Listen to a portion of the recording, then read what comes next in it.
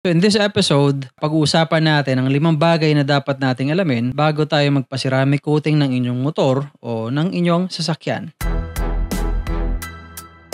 Hey, what's up guys? What's up mga ka-aro? Welcome back sa ating YouTube channel. Eto na nga, resulta to ng mga tanong ninyo. Kaya kung may gusto pa kayo malaman pagdating sa pagsiceramic coating, let me know through the comment section below. Tanong lang kayo, huwag mahihiya. Mahihiya magtanong. If you are not yet subscribed, syempre dito sa ating channel, please go ahead, subscribe. And if you're viewing this sa inyong Facebook account, paki-follow na rin at like yung ating Facebook page. So I'll give you 5 things na kailangan nyo munang pag-isipan, i-realize bago kayo mag-decide na magpa-ceramic coating. Kasi ang ceramic coating, although ilang beses kong sinasabi, it's a form of protection para sa mga sasakyan natin. Pintura ng sasakyan and even sa plastics, pwede rin namang hindi para sa'yo. So number 1, kilalanin ang motor mo. Maraming ceramic coating sa atin na sobrang luma na.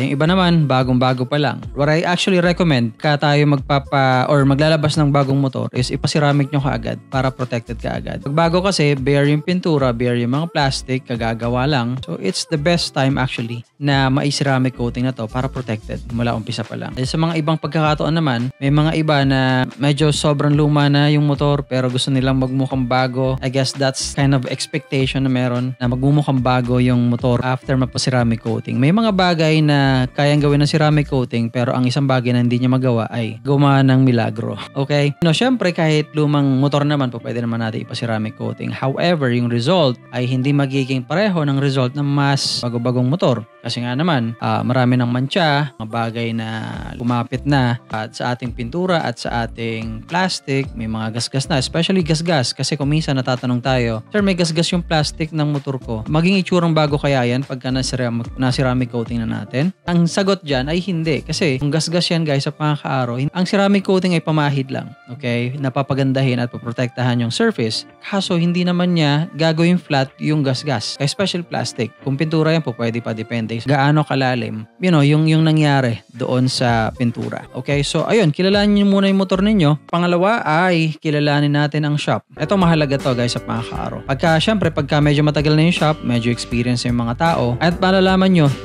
makikilala nyo yung isang shop pagka syempre merong Facebook page, scroll down para makita nyo mga gawa nila, para lang ma-idea kayo anong klaseng ceramic coating or detailing shop sila. Okay, mahalaga yan kasi ayun, yung ibang shop, although normally pagka mataas magpresyo, medyo matagal na yan kasi medyo expert na yung mga gumagawa. However, hindi siya ganon sa lahat ng pagkakataon tama. Pero yun, kilalanin nyo kasi nga, ang ceramic coating, importanteng maganda ang pagkakalagay kasi pagka pumalpak, gaya ng nagtanong sa ating kahapon, pagsisihan mo at baka kontakin nyo na naman ako dahil ako yung hihingan nyo ng troubleshooting procedure.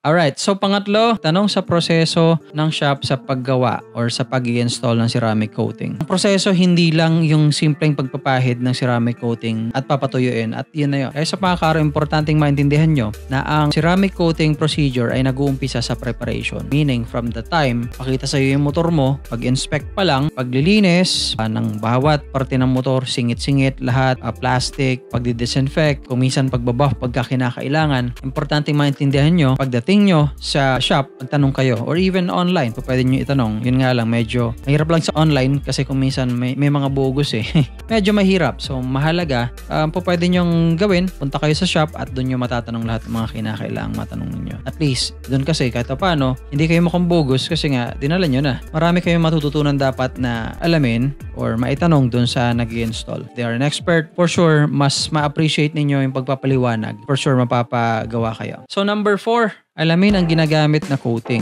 Yung brand, basically. Okay? After nyo makausap sila, pwede kayo mag-research ng konti if you like, para malaman nyo syempre kung gaano nakatagal yung coating na yon, kung may sinasabi, at kung anong life expectancy. Pagdating sa life expectancy though, yung mga manufacturer syempre magsasabi sila, most of the time, medyo mataas yung expectation. 3 to 5 to 7 year life expectancy. Ang ceramic coating, yun ang medyo masakit kuminsan, masyado mataas yung expectation na sinaset nila. Pero siguro, it's effective kung saan nila ginagawa, which is sometimes in Canada or in the US. At sa Europe, Pagka doon ginawa at syempre sa klima mas malamig doon, mas tumatagal yung ceramic coating. Dito kasi syempre exposed sa dirt, dust, and sa init ng araw, medyo hindi siya singtibay kung ikukumpara sa mga na ceramic coating sa US. But importante na malaman ninyo para makapag-research kayo ng konti. Okay, may mga ilan naman na ceramic coating na bagong player pero maganda na, may iba na medyo matagal na. Kaya alamin nyo kung saan siya gawa. Alright, so we're down to the last. Huwag umasa ng forever at know your expectations. Okay, so ito medyo importante ito ha. Dami ng mga nakausap natin na gusto magpa-ceramic coating, laging tinatanong yan. Gaano katagal? 2 years, 3 years, 4 years, 5 years. O, ako naman, very honest kung sinasabi kong ganto katagal yan, ganto sinasabi ni manufacturer. Pero wag nating asahan na ganun nga, katagal yon, especially pagka ikaw na user. Hindi mapag-alaga. Ako kasi medyo maalaga ako sa motor na. Tumatagal talaga. Minamaintain ko kasi yan eh. You note what to expect in terms of tibay at in terms of mga bagay-bagay sa